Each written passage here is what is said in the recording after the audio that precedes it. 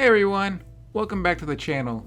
Today we're doing a little SSD shuffle between my PS5 and my new PS5 Pro. I'll be removing the Western Digital Black 2TB drive from my PS5 and popping it into my PS5 Pro. Then I'll be installing my new Samsung 99 EVO Plus 1TB drive into my original PS5. Let's see how these two drives stack up in terms of performance, price, and whether or not I just wasted my money. First up, let's take a quick look at the Western Digital Black that's been living in my PS5 since February 2023.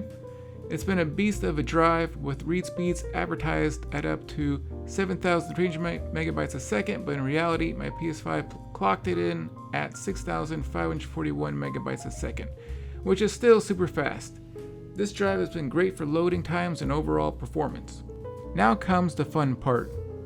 Here I'm swapping these bad boys out. I'll be moving the Western Digital Black into my shiny new PS5 Pro and installing the new Samsung 99 EVO Plus into my old PS5. Let's see how it goes.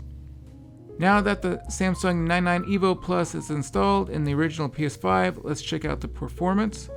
This drive is advertised with read speeds up to 7,150 megabytes a second for the 1TB version, but when I ran the test on my PS5, it came in at 6,335 megabytes a second, a little slower than the Western Digital Black, but not by much.